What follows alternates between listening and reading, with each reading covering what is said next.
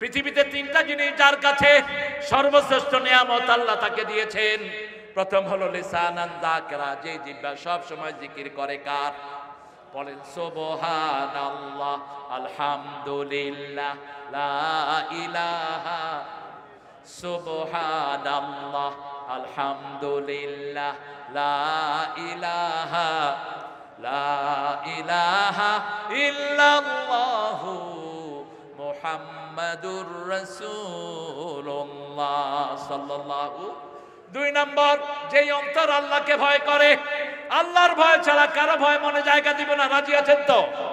আল্লাহ বলছেন এই ভয় আসার জন্য তিনটা কাজ করতে হবে।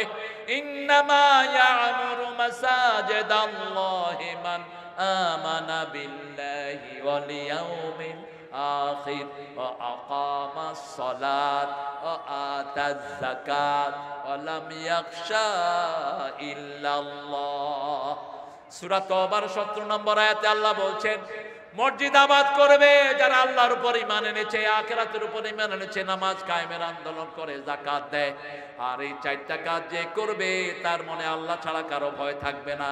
আমাদের মনে ভয় আছে কার? আমরা আল্লাহ ছাড়া কাউকে ভয় করি না। ঠিক না? ঠিক। একটু আঙ্গুলটা উপরের দিকে উঠান, বলেন আল্লাহ ছাড়া কাউকে ভয় করা হারাম, হারাম, হারাম। জামাত ইসলামীর 5 জন লোককে ফাঁসি দেওয়া হলো। কয়জন? ফাঁসির জন্য দরখাস্ত আসলো প্রেসিডেন্টের কাছে, ভিক্ষা চান, প্রাণ ভিক্ষা। কাদের মোল্লা রাহিমাহুল্লাহ বললেন প্রাণ ভিক্ষা চাওয়া জায়েজ নাই। কাদের মোল্লা রাহিমাহুল্লাহকে 3 ঘন্টা আগে বলা হলো আপনার ফাঁসি হবে 3 ঘন্টা পর, তিনি বলেন আলহামদুলিল্লাহ। জল্লাদেরা বলছে ফাঁসির কথা শুনে আলহামদুলিল্লাহ বলছে, আমাদের জীবনে আমরা শুনিনি। তিনি বলেন এই সময়টার জন্যই 50-60 বছর ধরে আল্লাহর কাছে মুনাজাত করতেছে। তিনি নামাজ পড়লেন, সুন্দর করে ওযু গোসল করে নামাজ পড়লেন, ফাঁসির কাষ্ঠের দিকে যাচ্ছেন। জল্লাদ হাত ধরল, তিনি বললেন হাত ছেড়ে দাও, ওটা ফাঁসির কাষ্ঠ নয়, ওটা জান্নাতের সিঁড়ি। মতিউর রহমান নিজামীকে একই কথা বলা হলো, তিনিও আলহামদুলিল্লাহ বললেন, মুচকে হাসি দিলেন। তারা বলল কেন হাসছেন? 3 ঘন্টা পরে আপনার মৃত্যু। তিনি বলছেন এটার জন্যই আল্লাহর কাছে বিগত 60 বছর ধরে মুনাজাত করছি। গোসল করলেন, সুন্দর করে নামাজ আদায় করলেন, ছেলেকে জিজ্ঞেস করলেন কি কাপড় পরবো। ছেলে বললেন আল্লাহ সুন্দর সুন্দর কাপড় পরেন, সাদা পায়জামা, সাদা পাঞ্জাবি, মাথায় সাদা টুপি। নিয়ে যাওয়া হচ্ছে ফাঁসির দিকে নেওয়ার জন্য। মতিউর রহমান নিজামীকে নিয়ে যাওয়া হচ্ছে 2 হাত ধরে। তিনি বলেন হাত ছেড়ে দাও, ওই যে ওই ফাঁসির রশি দেখছো না, ওটা ফাঁসির রশি না, ওটা জান্নাতের মালা। মুচকি হেসে গিয়ে মাথাটা দিলেন আর জিহ্বায় পড়তে থাকলেন লা ইলাহা, লা ইলাহা, লা ইলাহা ইল্লাল্লাহু মুহাম্মাদুর রাসূলুল্লাহ সাল্লাল্লাহু। হিন্দুদের ঋগ্বেদ, অথর্ববেদ, লেজুরবেদ, কল্কি, পুরাণ, মহাভারত, গীতা, এই 7টা বইতে লেখা যার শেষ শ্লোক হবে লা ইলাহা ইল্লাল্লাহু মুহাম্মাদুর, তার অনন্ত জীবন সুখের হয়ে যাবে। এই জন্য হিন্দু ঠাকুররাও মৃত্যুর আগে দিয়ে এটা পড়ায় দেয় লোকদেরকে। আর 1400 বছর আগে রাসূল বলছেন লাক্কিনু মাউতাকুম বিল কালিমাত, তোমাদের যে সমস্ত মৃত্যু রোগী দেখো, হোক হিন্দু, হোক বৌদ্ধ, হোক খ্রিস্টান, হোক ইহুদি, যে কোনো মুমূর্ষু রোগীর পাশে পড়ো লা ইলাহা, লা ইলাহা। যে কোনো মুমূর্ষু রোগী তাকে আপনি বলবেন না তুমি পড়ো। যেমন রাসূল নিজের ঘরের দিকে যাচ্ছেন, এক ইহুদি ডেকে বলল ইয়া রাসূলুল্লাহ আমার ছেলেটা কেমন কেমন করছে, মনে হয় এখনই মারা যাবে।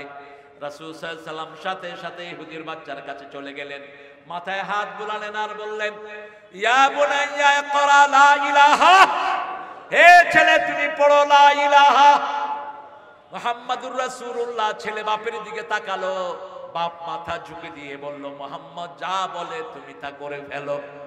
ছেলে পড়ে নিয়েছে লা ইলাহা ইল্লাল্লাহু মুহাম্মাদুর রাসূলুল্লাহ রাসূলুল্লাহ সাল্লাল্লাহু কালেমাও শেষ জীবনও রাসূল বলেন একটু আগে জাহান্নামী ছিল এখন ছেলেটা জান্নাতি হয়ে গেছে। আপনি তার শেষ। এজন্য সারা পৃথিবীর মানুষের জন্য আমরা দোয়া করি। আমাদের মৃত্যুতে আমরা শুধু মরা মানুষের জন্য একটা ছোট্ট শব্দ বলি আর নিজেকে দিয়ে দোয়া শুরু হয়, আল্লাহুম্মা গফিরলি হাইয়িনা ওয়া মাইয়িতিনা ওয়া শাহিদিনা ও গায়বিনা। হে আল্লাহ আমাকে maaf করে দেন, আমাদের সকল জীবিতদেরকে maaf করে দেন। সকলের ভিতরে শব্দ আছে না নাই? কথা বলেন না কেন? সব মানুষ আছে না নাই? হাইয়িনা ওয়া মাইয়িতিনা, আমাদের সব জীবিতকে, মৃতকে, শিশু, বুড়া, পুরুষ, মহিলা, উপস্থিত, অনুপস্থিত সবাইকে maaf করুন। এই দোয়া পৃথিবীর কার কাছে আছে? আবার আল্লাহ দোয়া শিখাচ্ছেন রাসূলের মাধ্যমে, আল্লাহুম্মা মান আহইয়াইতাহু ফাহইয়ানা বিল ঈমান বিল ইসলাম ওয়া মান তাওফাইতাহু ফাতাওফাহু লিল ঈমান ইয়া আরহামার রাহিমিন। হে আল্লাহ যাকে বাঁচিয়ে রাখবেন ইসলামের উপর বাঁচিয়ে রাখেন। ইসলামের উপর বাঁচিয়ে থাকতে হলে নামাজ আছে না নাই? রোজা আছে না নাই? পিতামাতার খেদমত আছে না নাই? আরে কি অরাজকতা শুরু হয়েছে দেশে। পিতামাতাকে ধরে ধরে মারে পোলাপান। আবার ইন্টারনেটে দেখলাম এক ছেলে নিজের আপন বোনকে বিয়ে করছে। বোন বলতেছে আমি আমার ভাইকে বিয়ে করছি, আপনাদের কোনো সমস্যা আছে? আবার ভাই বলতেছে আমি আমার বোনকে বিয়ে করেছি, আপনাদের কোনো সমস্যা আছে? সমস্যা তো আছেই। তোরা দুইটাই তো জিনাকার, দুইটাকেই পিটাইয়া জেলখানায় ঢুকানো দরকার। প্রশাসনের লোকেরা কি করো তোমরা? আঙ্গুল চষো বসে বসে। পুলিশগুলি দেখোস না এগুলো? হিন্দুর সাথে হিন্দু নেতা মুসলমান মেয়েকে বিয়ে করতেছে, আবার মুসলমান নেতা হিন্দু মেয়েকে বিয়ে করতেছে। আবার এক শয়তান বিয়ে করছে ঠাকুরগাঁয়ে 19টা মেয়েকে। এগুলো সামাজিক যোগাযোগে আসতেছে। 4টার বেশি যারা বিবাহিত বউ রাখে এরা কি কথা কর না? এরা কি? এরা লুচ্চা, এরা জিনাকার। আপনি 4টার বেশি বউ রাখতে পারবেন না। রাসূল বলছেন 149 সূরা নিসা, লান তাস্তাতিয়া আন তাদিলু, যারা একাধিক বিয়ে করে এরা কখনো সাম্যতা করতে পারবে না, কখনো পারে না। লান তাস্তাতিয়া শব্দ রাসূল আল্লাহ ব্যবহার করলেন, এরা কখনো সাম্য করতে পারে না। এইজন্য আশরাফ আলী থানভী যখন 2টা বিয়ে করলেন তিনি বিরক্ত হয়ে সিদ্ধান্ত নিলেন নিজের ছোট বউকে ছেড়ে দিলেন। কিন্তু বড় বউ বলল না, বিয়ে করছেন যখন রেখে দেন। পড়েন তার জীবনী। এরপরে তিনি বলছেন যা কিছু আসবে অর্ধেক অর্ধেক। বিভিন্ন তার অনুসারীরা তার জন্য ফল টল নিয়ে আসতো, তিনি বলতেন তোমরা ভাগ করে দাও। ওরা বলতে আপনি ভাগ করে দেন, কয় না কিল আমি খাইতে পারুন না, তোমরা ভাগ করে দাও। এক ভক্ত ওনার 2টা তরমুজ নিয়ে আসছে। এখন ওনাকে বলছে বড় বউকে এই তরমুজটা দেন, ছোট বউকে এই তরমুজটা দেন। বলছে আমি দিতে পারবো না। বলছে কেন? বলছে যদি বড়টারটা মিষ্টি বেশি হয়, ছোটটারটা মিষ্টি কম হয়, ছোটটা আমারে কিলেই বুঝে না। তোমরা 2টার অর্ধেকেরা ভাগ করে দাও। এত সহজ নয়। মা আয়েশাকে বলছেন রাসূল সাল্লাল্লাহু আলাইহি ওয়াসাল্লাম, মা আয়েশা রাসূলের ব্যাপারে বলছেন রাসূলের 11 জন বিবি, কাউকে তিনি এক্সট্রা সময় দিতেন না। আমাকে যা সময় দিতেন একই সময় উম্মে সালমা, একই সময় জুয়াইরিয়া, একই সময় জয়নাবকে দিতেন। আমাকে যেই মানের কাপড় দিতেন সেই মানের কাপড় তাদেরকে দিতেন। আমাকে যেই মানের খাওয়া দিতেন সেই মানের খাওয়া তাদেরকে দিতেন। কিন্তু মনের টান আমার প্রতি বেশি থাকার কারণে আমি 5টা জিনিস আমার জীবনে পেয়েছি। কয়টা? 5টা জিনিস। আমার চরিত্রের সার্টিফিকেট দান করেছেন কে? স্বয়ং আল্লাহ। আমি রাসূলের তাহাজ্জুদের নামাজের সামনে দিয়ে যাওয়ার অনুমতি পেয়েছি। সবচেয়ে অল্প বয়সে আমি রাসূলের বিবি হওয়ার গৌরব অর্জন করেছি। আমার চরিত্রের সার্টিফিকেট দান করেছেন কে? ইফকের ঘটনায় মা আয়েশার চরিত্রের সার্টিফিকেট দিয়েছেন কে? 5ম নম্বর, আমার ঘরেই চিরনিদ্রায় শুয়ে আছেন রাহমাতাল লিল, যেখানে রাসূল শুয়ে আছেন এটা কার ঘর? আরো জোরে বলেন কার ঘর? মা আয়েশার ঘর। এই মনের টান বেশি থাকার কারণে এটা হয়েছে। কিন্তু আপনি ফিজিক্যালি কিছু বেশি করতে পারবেন না। রাসূল বলছেন একটা মেয়েকে তুমি যে 4টা জিনিস দিবা। কয়টা? তোমরা যা খাওয়াবা তাকে তা খাওয়াবা, তোমরা যা পরবা তাকে তা পরাবা, তোমরা যেই মানের বিছনায় শোবা ওই মানের বিছনায় তাকে শোয়াবা, তার সকল খরচপত্র তোমরা বহন করবা, তার উপর যদি কোনো আক্রমণ আসে তোমরা তাকে শেল্টার দিবা। বহু মেয়েকে শ্বশুর বাড়ির শালা এবং শাশুড়িরা মিলে একসাথে পিটায়। আপনাদের সাতক্ষীরাতে নাই? কথা কন না কেন? যা ইচ্ছা তা ব্যবহার করে ভাইয়েরা। কেন? বিবি আপনার ও দুর্ব্যবহার কেন করবে? আপনার বিবি আপনার কাজের মেয়ে না। বাংলাদেশের মেয়েদের মতো ভালো মেয়ে দুনিয়ার কোন দেশে সারা বছর রান্ধে কারা? কারা রান্ধে? আপনি জানতো সৌদি আরব ছেলে একদিন রান্ধবে, আরেকদিন মেয়ে রান্ধবে। মেয়ে রেঁধে বলবে কালকে তুই বাবুর্চিখানায় ঢুকবি, এটা এটা আমি খামো, আমার জন্য রান্ধবি তুই। আর আপনারা কি সুন্দর আরাম পাইছেন। চিংড়ি মাছ, গোস্ত, হরিণের গোস্ত খায় এখন। আজকে খাওয়াইছে আমার, আপনার খাওয়া যায় না। কত রকমের রান্না যে করে, কোনো ক্লান্তি নাই মেয়েদের। স্বামীর কাপড় ধোয়। আজকে আমার এক ভাইয়ের দেখলাম, সে বাহিরে বের হবে, তার বিবি তার জুতা সাফ করে দিচ্ছে। কোথায় পাবেন এই খেদমত? খেদমত পাইতে পাইতে চোখ মোটা হয়েছে কিরকম। বড় অধিকার দেয় না, বউকে যা ইচ্ছা তা বলে গালিগালাজ করে। এরকম আল্লাহর ওলি এখানে নাই। হ্যাঁ, কথায় কথায় তালাক। তালাক মুখে আসে কেন? কবি তালাক কেন মুখে আসে? সবচেয়ে ঘৃণিত শব্দ হালাল দুইটা জিনিস সবচেয়ে ঘৃণা করেন আল্লাহ। প্রথমটা তালাক, দ্বিতীয়টা কি?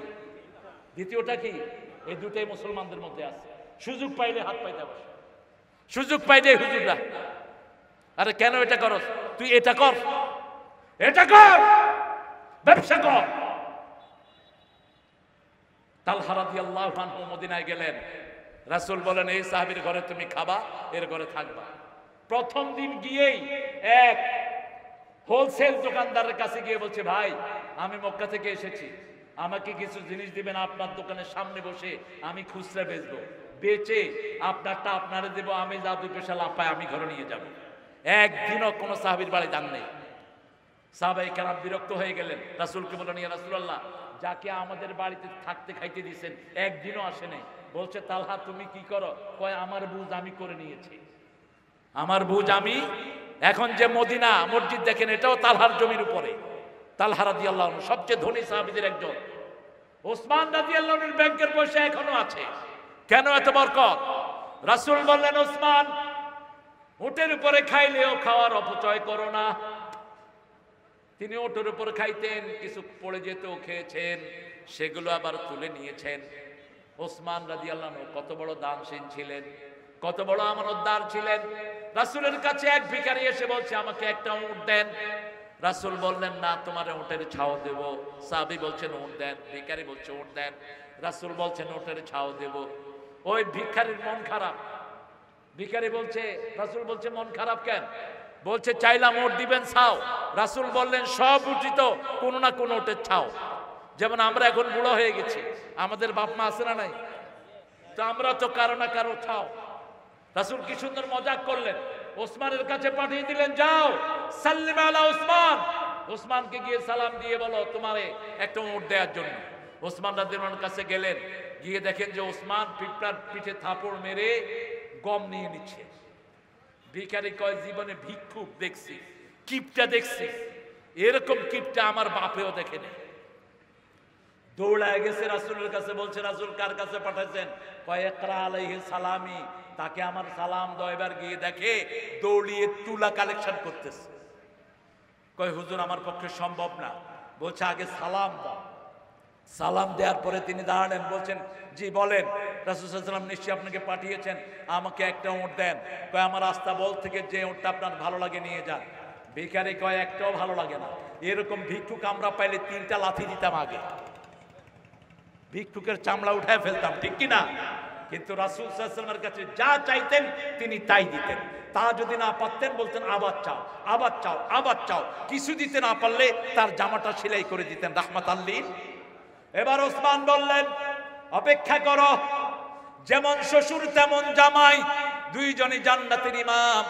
অপেক্ষা করো, আমার ব্যবসায়ের নোটগুলো আসতেছে, ব্যবসায়ের নোট 7-8টা, সবগুলো একসাথে চলে, পিঠে ব্যবসায়ের মাল। এখন প্রথমটা ধরে ভিক্ষুক টান দিয়েছে, সবগুলো চলে যাচ্ছে। মাহুদ যত পিটায় ফিরে না। এবার ওসমানকে জিজ্ঞেস করা হলো, ওসমান রাদিয়াল্লাহু আনহু ভিক্ষুক প্রথম ওট ধরে টান দিয়েছে, এখন সব চলে যাচ্ছে। ওসমান রাদিয়াল্লাহু আনহু বললেন সবগুলো তাকে দান করে দাও। এখন ভিক্ষুক দিছে দৌড়, ওসমান ধরে আনলেন, দৌড়াস কেন? আপনার কাছে ভিক্ষুক হাত পাতলো, যদি 1000 টাকার নোট দেন কি করবে ভিক্ষুক? ভিক্ষুক দৌড় মারবে, বোধহয় এর পিছনে কি আছে? মাইতের আছে বললেন শুনো দৌড়াও কেন? কই বুঝলাম না আপনার হিসাব। পিপলা গম টেনে নেয় সেটা আপনার পছন্দ হয় না, বাতাস তুলা উড়িয়ে নেয় আপনার পছন্দ হয় না। ওসমান রাদিয়াল্লাহু বলেন এই গমের মালিক হলো জনগণ, আমি পাহারা দেওয়ার জন্য আছি। আমার সামনে যদি একটা গম চুরি হয় কিয়ামতের ময়দানে আমাকে চোরের কাতারে দাঁড়াতে হবে, আসামির কাঠ গড়ায় দাঁড়াতে হবে। জনগণের তুলা আমি যদি রক্ষা না করি আমাকে আসামের কাঠ গড়ায় দাঁড়াতে হবে। একজন লোক রশি চুরি করেছে, রাসূল বলছেন যে রশি চুরি করেছে তার উপরে আল্লাহ লানত। একটা লোক ঝাড়ু চুরি করেছে, রাসূল বলছেন তার উপর আল্লাহ লানত। আর আমাদের বিগত সরকার 28 লক্ষ কোটি দেশের টাকা বিদেশে পাচার করেছে, কত বড় গজব তার উপরে আল্লাহ চিন্তা করে। একটা ঝাড়ু চুরি করেছে, একটা রশি, রাসূল বলছেন রশি যে চুরি করেছে তার উপর আল্লাহ লানত। বুখারী আরেকটা হাদিস আছে আমি বলছি, কারকারা, কি নাম বললাম? কারকারা, কি নাম? কারকারা রাসূলকে পাহারা দিতেন বিভিন্ন সময়, রাসূলের জিনিসগুলো রাখতেন। কারকারা হাদমাত, খাদমাত, কারকারা মারা গেছেন। রাসূলকে বলা হলো কারকারা মারা গেছেন। রাসূল সাল্লাল্লাহু আলাইহি ওয়াসাল্লাম একটু পরে বললেন কারকারা জাহান্নামী। লোকেরা চিন্তা করলো রাসূলের সাথে থাকতো, রাসূলকে পাহারা দিতে, কেমনে জাহান্নামী হয়? কিন্তু রাসূলের কথা এমন সত্য, কালকের সূর্য ওঠা মিথ্যা হতে পারে, রাসূলের কথা মিথ্যা হওয়া সম্ভব। সাহাবায়ে কেরাম খোঁজা লাগলেন, খুঁজতে খুঁজতে দেখে বাইতুল মালের একটা জামা কারকারা না বলে নিয়েছে, সেই জামাটা আগুন হয়ে তাকে জ্বালিয়ে দিচ্ছে। বাংলাদেশের কোন মন্ত্রী মন্ত্রিত্ব শেষের পরে সরকারের কাছে টাকা জমা দিয়ে গেছে? কোন মন্ত্রী বলেন? আরো জোরে বলেন। যত টাকা ছিল সব কোথায় জমা দেয়? সরকারি ফান্ডে। আরেকজন মেয়র পেয়েছি পীরগঞ্জ, দিনাজপুরে। কি আল্লাহর ওলি মেয়র ছিলেন তিনি, একটা ঘর নাই। মেয়র ছিলেন, 70 লক্ষ টাকা বেঁচে গেছে, সব নিয়ে ডিসির অফিসে জমা দিয়ে এসেছেন। মুফতি আবু সাইদ জিকরগাছা, এই দুনিয়াতে থাকার মতো তার একটা ছোট্ট ঘর নাই। যশোর 2 এমপি ছিলেন। এরকম বহু আল্লাহর ওলি আপনাদের আশেপাশে আছে না নাই? কথা বলেন না কেন? আমরা ভালো মানুষের সাথে থাকবো, আমরা ডানপন্থীদের সাথে থাকবো, রাজি আছি তো? রাসূল সাল্লাল্লাহু আলাইহি ওয়াসাল্লামের ব্যাপারে আল্লাহ চূড়ান্ত কথা বলছেন, মুহাম্মাদুর, পড়েন, মুহাম্মাদুর রাসূলুল্লাহ والذين معه أشداء على الكفار رحماء بينهم تراهم ركعا سجدا يبتغون فضلا من الله ورضوانا। যারা রাসূলের সাথে থাকতে চায়, আপনারা থাকতে চান তো? থাকতে চান তো? আল্লাহ কবুল করুন। মুহাম্মদ আল্লাহর রাসূল সাল্লাল্লাহু আল্লাযীনা মাহু, যারা রাসূলের সাথে থাকতে চায়। আশিদ্দাউ আলাল কুফার, নবীর দুশমন, আল্লাহর দুশমনদের উপর হতে হবে বজ্র কঠিন। এই হাসিনার আমলেই আমার নবীকে লুচ্চা বলে গালি দিয়েছে এক ব্লগার, ঠিক না বেটি? মা খাদিজাকে বলেছে লুচ্চাদের সর্দারনী। তার কোনো বিচার তো হয়নি, বরং তাকে মেরে ফেলার পর পার্লামেন্টে আপনাদের সেই বিগত প্রধানমন্ত্রী বলেছেন দ্বিতীয় মুক্তিযুদ্ধে তিনি নাকি প্রথম শহীদ। রাসূলকে কি বলেছে? আমরা সেই জন্য রাসূলের সাথে থাকতে চাই। কাফেরদের উপর বজ্র কঠিন, ঠিক না বেঠিক? রুহামা উবাইনাহুম, নামাজ আছে যার কাছে, কেবলা আছে যার কাছে, কোরবানি আছে যার কাছে, সে আমার কি? সে আমার কি? আরো জোরে বলেন। তাকে বুকে টানবেন, মসজিদে পেয়েছেন বুকে টানেন। কোন দল করে দেখার দরকার নাই। মসজিদে গিয়েছে, কেবলামুখী হয়েছে, আল্লাহর রাস্তায় জবাই করেছে, সে আমার ভাই, ঠিক না বেঠিক? তারাহুম রুকআন সুজদা, তাদেরকে কি দেখবা? তারা রুকু করে, সিজদা করে। কেন রুকুর কথা আগে আসলো? অতীতের জাতির নামাজ ছিল কিন্তু রুকু ছিল না। উম্মতে মুহাম্মাদের নামাজের সবচেয়ে সৌন্দর্য হলো রুকু। সৌন্দর্য কি? রুকু। এজন্য আল্লাহ বলছেন ওর কাউ মা রাকাইন, রুকুকারীদের সাথে রুকু। উসজুদু মা সাজিদিন বলেন নাই, সিজদাকারীদের সাথে সিজদা করো, কারণ সিজদা আগেও ছিল এখনো আছে। উসজুদু লি আদম, সেজদা আগেও ছিল এখনো আছে। আর সেজদা যারা দেয় তাদের উপর সবচেয়ে বেশি খুশি হন কে? ফাকসিরুদ দুআ ফিস সুজুদ। রাসূল বলছেন সিজদায় বেশি করে দোয়া করো। আকরাবুল আবদু ইনদা রাব্বিহি হুয়া সাজিদ। বান্দা যখন সিজদায় যায় আল্লাহ তার সবচেয়ে নিকটে চলে আসে। আপনার বিপদ যত বড়, সিজদা দিয়ে দেন তত বড়, আপনাকে হেফাজত করে দিবেন কে? তারাহুম রুকআন সুজদাই ইয়াবতাগুনা ফাদলাম মিনাল্লাহি ওয়া রিদওয়ানা। চাইবে কার খুশি, কার সন্তুষ্টি চাইবে? আল্লাহর সন্তুষ্টি, অন্য কিছু চাইবেন না। জুমার দিন যারা শুধু মসজিদে যায় এরা শুধু মানুষকে দেখানোর জন্য যায়, ঠিক না ঠিক? সারা সপ্তাহে কোনো নামাজ নাই। আবার এক মেয়ে আমাকে একটু আগে প্রশ্ন করেছে, তার জামাই হলো লুচ্চা। কি জামাই? কি লুচ্চা বলে তো আপনাদের? ওই যে খুলনা কেউ লুসু লুসু লুসু, চরিত্র খারাপ, বহুগামী। আর তার এখন এই বিবির সাথে, এই স্বামীর সাথে কি আচরণ করবে? আপনি তার জন্য ইস্তেগফারের দোয়া করেন, তাকে বুঝান। রাসূলের কাছে একজন সাহাবী এসে বলছেন, ইয়া রাসূলুল্লাহ আমি জিনা করব, অনুমতি দেন। কি বলছে? জিনা করব, অনুমতি দেন। এখন অন্যান্য সাহাবীরা জামা টিপতেছে। বেকুব তো বেকুবই, কিছু বেকুব সবখানে আছে না নাই? যখন এক বেকুবের বিয়ে করাইছে, বেকুব কয় আব্বা আমি শ্বশুরকে কি ডাকবো? তো বাপ জিজ্ঞেস করে শিখিয়ে দিচ্ছে, শ্বশুরকে শ্বশুর আব্বা ডাকবা। তো গিয়ে কি বলবো? গিয়ে বলবো আসসালামু আলাইকুম শ্বশুর আব্বা, আপনি কেমন আছেন, আপনার শরীর কেমন? বেকুব তো বেকুবই। গিয়ে শ্বশুর বাড়ি গিয়ে বলছে শ্বশুর আব্বা, আব্বা আব্বা আপনি বিয়ে করছেন? শ্বশুরও কয় আমি বিয়ে না করলে তুই এসে করতে। এরকম বেকুব সবখানে আছে না নাই? রাসূলকে বলছেন আমি জিনা করব, কত বড় ডাক্তার তিনি দেখেন। একটু রাগ করলেন না, একবার দুইবার তিনবার। এবার রাসূল বলছেন যদি এই কাজটা তোমার আম্মা করে, বলছে আম্মা পছন্দ করব না, তাকে আমি মাই ডাকবো না।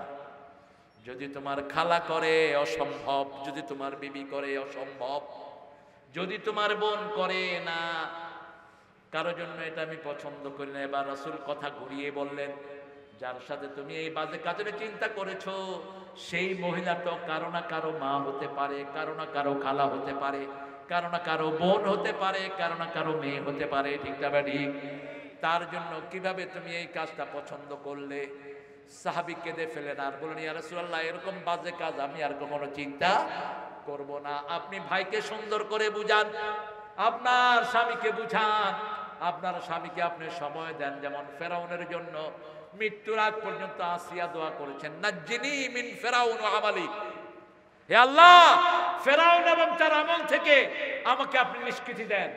আর বলেছেন আবলিনি বাইতান ইনদাকা ফিল জান্নাহ, সূরা তাহরিম, হে আল্লাহ আমার জন্য আপনি আপনার কাছে জান্নাতে একটা ঘর বানায়া দেন।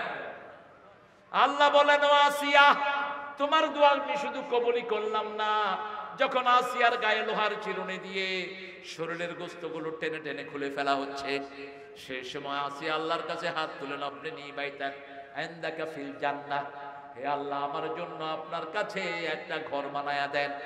আল্লাহ বললেন শুধু দোয়াটা কবুল করলাম না, কিয়ামত পর্যন্ত আমার কাছে তোমার জন্য ঘর বানায়া দিলাম। আর এই দোয়াটা যেন কিয়ামত পর্যন্ত মানুষ করতে পারে সেই জন্য কোরআন শরীফে এই দোয়া তুলে দিয়েছেন কে? মালিক তুমি জান্নাতে তোমার কাছে আমায় একটা ঘর বানিয়ে দিও। শুনছেন না গানটা? শুনছেন না? এটা এই আয়াতের অনুবাদ। তো সেই জন্য আমরা যারা যেই কয়দিন বাঁচবো আমরা রাসূলের কথা মেনে আমরা চলবো ইনশাআল্লাহ।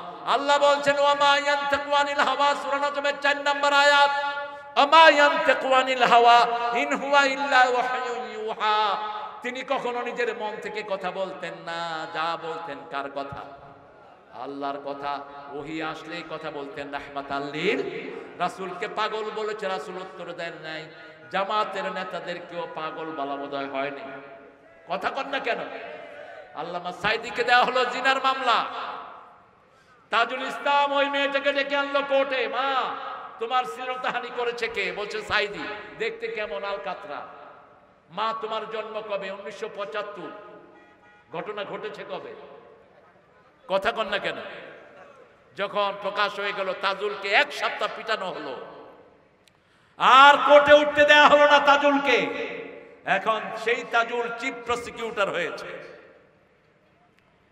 গাজী আবু বকর রামপালের, আপনাদের এই কালীগঞ্জ আসতো, আমার 3 দিনের প্রথম দিন সে থাকতো, দ্বিতীয় দিন মুফতি আব্দুল সত্তার, শেষ দিন থাকতাম আমি। তাকে বাড়ি থেকে যাওয়ার সময় গুলি করে খুনিরা হত্যা করেছে। তার ছেলেও এখন চিফ প্রসিকিউটর। আল্লাহ যদি কাউকে বাড়ায়, দুনিয়ার মানুষ তাকে কমাতে পারে না। আল্লামা সাইদির এই শোকে রফিক সাইদি আপনাদের এখানে আসছে কিনা? এই রফিক সাইদি হার্ট অ্যাটাক করে ওই কোর্টে দুনিয়া থেকে বিদায় হয়। কতটা যন্ত্রণা তিনি সহ্য করেছেন। আল্লাহ তার কবরটাকে জান্নাতুল ফেরদাউস বানিয়ে দেন। আরো চিৎকার করে বলি আমিন। রাসূল সাল্লাল্লাহু আলাইহি ওয়াসাল্লামের সাথে আমরা থাকতে চাই, রাসূলের দল ছাড়া কারো দল আমরা করব? আমার আল্লাহ বলেছেন যারা রাসূলের সাথে থাকবে, আল্লাযীনা মাআহু আশিদ্দাউ আলাল কুফফারি রুহামাউ বাইনাহুম তারাহুম রুকআন সুজদান ইয়াবতাগুনা ফাদলাম মিনাল্লাহি রিদওয়ানা সীমাহুম ফি উজুহিহিম মিন আসারিস, তাদের চেহারার ভিতরে সেজদার চিহ্ন থাকবে। অনেকেই কপাল ঘষে, এইভাবে কপাল ঘষে দাগ লাগানোর কিছু নাই। কালো মানুষের তো যত ঘষেন দাগ পড়বে না, চেহারায় থাকবে সেজদার চিহ্ন। কিসে? এটা একমাত্র চিনবেন কে? আল্লাহ চিনবেন, আপনার চেনার উপায় নাই। কিন্তু আপনি দেখবেন যারা নামাজ পড়ে তাদের চেহারা আর বেনামাজির চেহারার মধ্যে আকাশ পাতাল পার্থক্য আছে না নাই? নামাজিদের চেহারা দিন দিন কি হয়, কি হয়? আজকের বিজ্ঞান বলছে যারা শেষ রাতে ঘুম থেকে উঠে এদের সবগুলো অর্গান অটোমেটিক ভালো হয়ে যায়, এদের জীবনী শক্তি বেড়ে যায়, এদের শক্তি থাকে, এদের খেতে ভালো পায়। হে নবী, তুমি রাতের 1/3 অথবা রাতের অর্ধেক তুমি দাঁড়িয়ে থাকো, আজকে থেকে আমরা নামাজ ছাড়বো না, রাজি আছি তো? বিবিকে খাওয়া মুখে তুলে দেব। মনে রাখবেন, আপনি নামাজ দিয়ে জান্নাতি হবেন না, রোজা দিয়ে হবেন না, কোনো আমল দিয়ে হবেন না। সবচেয়ে বেশি ওজন হবে কিয়ামতের ময়দানে যে আমল, সেটার নাম হলো সচ্চরিত্রতা, সচ্চরিত্রতা, সচ্চরিত্রতা। কারণ আপনি 24 ঘন্টার মধ্যে 1 ঘন্টা নামাজ পড়েন, বাকি 23 ঘন্টা তো আপনার অন্যান্য কাজে যায়, ঠিক না বেটি? এই 23 ঘন্টার ভিতরে আপনার মুআমালাত, পিতার সাথে ব্যবহার, প্রতিবেশীর সাথে ব্যবহার, ছেলে মেয়ের সাথে ব্যবহার, আত্মীয় স্বজনের সাথে ব্যবহার, এই সব কিছু সচ্চরিত্রতার মধ্যে আসবে। আপনি কারোর সাথে মুস্কি হাসি দিলেন, রাসূল বললেন সদকা সওয়াব আল্লাহ আপনার আমলনামায় তুলে দিবেন। আপনি আপনার ছেলে মেয়েদেরকে সমানভাবে সম্পদ বন্টন করে দিবেন, কোন ছেলেকে বেশিও না কমও না। রাসূল বলছেন বহু পিতামাতা দুনিয়াতে থাকতেই জাহান্নাম কামাই করে আসে। সাহাবায়ে কেরাম বলেন এরা কারা? রাসূল সাল্লাল্লাহু আলাইহি ওয়াসাল্লাম বললেন এক ছেলেকে দেয় বেশি, আরেক ছেলেকে দেয়, আপনাদের এখানে নাই অবশ্য, ছেলেকে দেয় মেয়েকে দেয় না। মেয়েকে বলে মা তোমার জন্য দোয়া করে দিলাম, তোমার সম্পদটা তোমার ভাইকে দিয়ে দিলাম, খবরদার হারাম। আপনি মেয়েকে মেয়ের অংশ দেন, লিযাকারে মিসলু হাজ্জিল উনসায়াইন, ছেলে পাবে 2 ভাগ, মেয়ে পাবে। যদি জীবদ্দশায় বন্টন করেন সমান সমান দিবেন, জীবদ্দশায় যদি বন্টন করেন সমান সমান। নোমান ইবনে বশির হাদিস বুখারী, সমান ছেলেও 2 ভাগ, মেয়েও 2 ভাগ। আর যদি মৃত্যুর পরে বন্টন করেন, ছেলে পাবে 2 ভাগ, মেয়ে পাবে 1 ভাগ। ওই কফিন সামনে রেখে বন্টন করে দেন। যত দেরি করবেন তত বেশি আযাব যাবে বাপের কবরে। এই জন্য বাপ মা, রাসূল বলেছেন তোমরা তোমাদের ওসিয়তনামাটা, তোমাদের ওসিয়তনামা তোমরা লিখে বালিশের নিচে রাখো, বালিশের নিচে রাখো। কোথায় তোমার কি সম্পদ আছে, কোথায় কি আছে স্থাবর স্থাবর, সব লিখে তোমার বিবিকে জানিয়ে যাও কতটুকু কোন ছেলের জন্য, এই সব তোমরা ঠিক করে যাও। চূড়ান্ত কথা সূরা আহজাবের 21 নম্বর আয়াতে আল্লাহ বলছেন লাকাদ কানা লাকুম ফি রাসূলিল্লাহি উসওয়াতুন হাসানাহ লিমান কানা ইয়ারজুল্লাহা ওয়াল ইয়াউমাল আখির ওয়া যাকারাল্লাহা কাসীরা। রাসূলুল্লাহর উম্মত আমি, এক আল্লাহর বান্দা, তাগুতের উচ্ছেদে আমার হয়েছে পয়দা। রাসূলের চরিত্র ছাড়া আর কারো চরিত্রের মধ্যে আমাদের জন্য সফলতা দুনিয়াতে কিয়ামত পর্যন্ত একটা চরিত্র শ্রেষ্ঠ, সেটার নাম কি? মুহাম্মদ হাসানা, আল্লাহ বলেন কি হাসানা। আমরা দোয়া করি আতিনা ফিদ দুনিয়া হাসানা ওয়া ফিল আখিরাতে, এই হাসানা পুরোটাই হলো রাহমাতাল লিল। আমরা দোয়া করি ইহদিনাস সিরাতাল মুস্তাকিম, পুরোটাই হলো মুহাম্মদ ইয়াসিন আল কোরআনিল হাকিম ইন্নাকা লামিনাল আলা সিরাতিম মুস্তাকিম। রাসূলের জন্য আল্লাহ আমাদেরকে কবুল করেন, রাসূলকে ভালোবাসার জন্য কবুল করেন। রাসূলের জন্য যে ভালোবাসলো, রাসূলের জন্য আল্লাহর জন্য ভালোবাসলো, আল্লাহর জন্য ঘৃণা করলো, আল্লাহর জন্য দান করলো, আল্লাহর জন্য বিরত থাকলো, রাসূল বললেন আল্লাহ তার ঈমানটাকে পরিপূর্ণ করে দিলেন।